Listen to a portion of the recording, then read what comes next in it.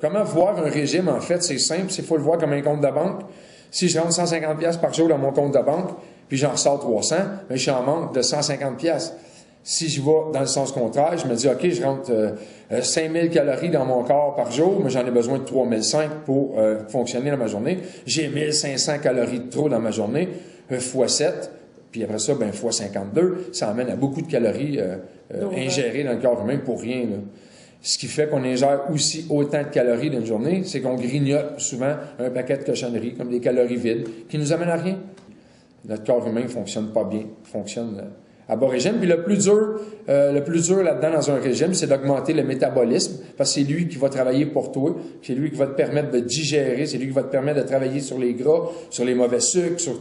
Puis si on n'ingère pas des bonnes calories, le métabolisme, il descend, puis le gras augmente. Fait qu'on éloigne les deux principaux artisans dans un régime qui est supposé travailler pour nous. En fait, ils travaillent un contre l'autre.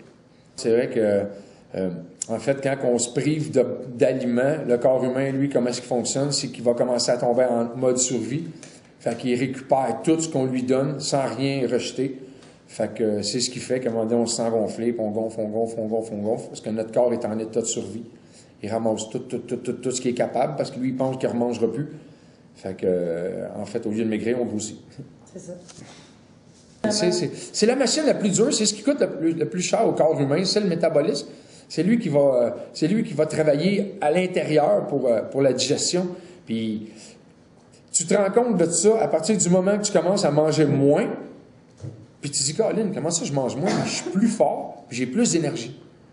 C'est là que tu te rends compte que mon système digestif, si je le surcharge pas, il ne travaille pas.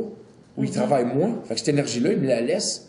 Fait que si je prends 30% de mon énergie corporelle pour digérer le gâteau que je viens d'ingérer, là, faut pas trop aller bien loin pour comprendre pourquoi on est fatigué après avoir dîné, là. Là, tu viens d'y garocher un gâteau, là, lui, il travaille fort pour se sortir de ça, puis il dit, OK, on a un gâteau à se libérer, go. Puis où est-ce qui est le plus fonctionnel? C'est quand on dort. Fait que c'est important le soir, quand tu vas te coucher, de ne pas y en donner un paquet, de dire, ah ouais, travaille pendant que je vais me coucher. Non. Parce que lui, s'il travaille toute la nuit, tu es supposé dormir. Tu as dormi, mais pendant que lui travaillait, pendant que toi tu dormais, fait que c'est à 50-50. Tu as une partie de ton corps qui a travaillé toute la nuit, tu as l'autre partie qui s'est reposée. Fait que tu te réveilles le lendemain matin, puis tu dis, moi, je file fatigué. Moi, c'est sûr que tu t'es tapé un gros bol de crème glacée de même avec une demi-tarte au sucre, tu es allé coucher. Là, tu dors.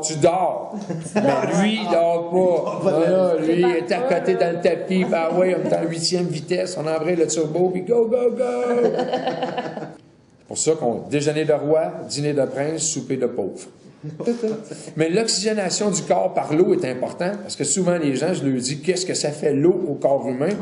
Puis il y en a souvent qui disent, ça hydrate. Oui, au-delà du fait que ça hydrate, oxygéner le sang, c'est que ça sépare l'air entre les cellules, puis ça fait que les cellules travaillent toutes de façon individuelle pour nous, à guérir nos plaies plus vite.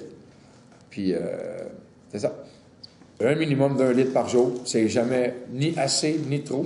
Je trouve que c'est une belle ligne. Tu dis, OK, moi, je bois un minimum de 1 litre d'eau, pas de liquide, parce que jus d'orange, jus de pomme, café, ça fait pas partie de l'eau, là. Tu sais, on parle de 1 litre d'eau. On est là dans une... On s'enligne bien. À partir de là, si on fait de l'effort physique, on augmente. Les boissons énergisantes, c'est sûr que c'est des pics faciles. Là. Ça t'amène avec un gros gain d'énergie. Puis après ça, on tombe. Là, ça donne des ailes. C'est sûr que ça donne des ailes. Mais c'est temporairement. C'est très acide. C'est très dur pour l'estomac. Ça donne beaucoup de brûlements d'estomac. C'est peut-être pour ça que même les gens qui ont des brûlements d'estomac ne savent pas pourquoi. Boissons énergisantes, c'est clair. Là. Puis c'est sûr que mon neurologue m'a dit qu'il y a beaucoup de jeunes qui le consultaient dû à la trop grande quantité qui boivent trop de boissons énergisantes. Et c'est directement lié à la difficulté d'uriner chez les jeunes garçons, en tout cas.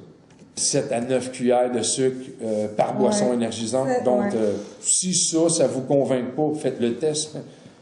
Mettez 7 cuillères de sucre dans un petit verre à côté, puis regardez la quantité liquide, solide, vous allez voir que c'est beaucoup. Si tu dis, OK, moi, j'ai peut-être l'opportunité de faire Saint-Jérôme-Montréal en 10 minutes en mettant ce genre de de gaz-là dans mon char, en sachant très bien que si tu le mets, que ton auto, elle va te servir une fois. Le ferais-tu? Si tu vas à Montréal, tu pars de Saint-Jérôme-Montréal en 15 minutes, si tu mets ce produit-là dans ton auto, mais quand rendu à Montréal, ton auto sera plus bon. Le ferais-tu?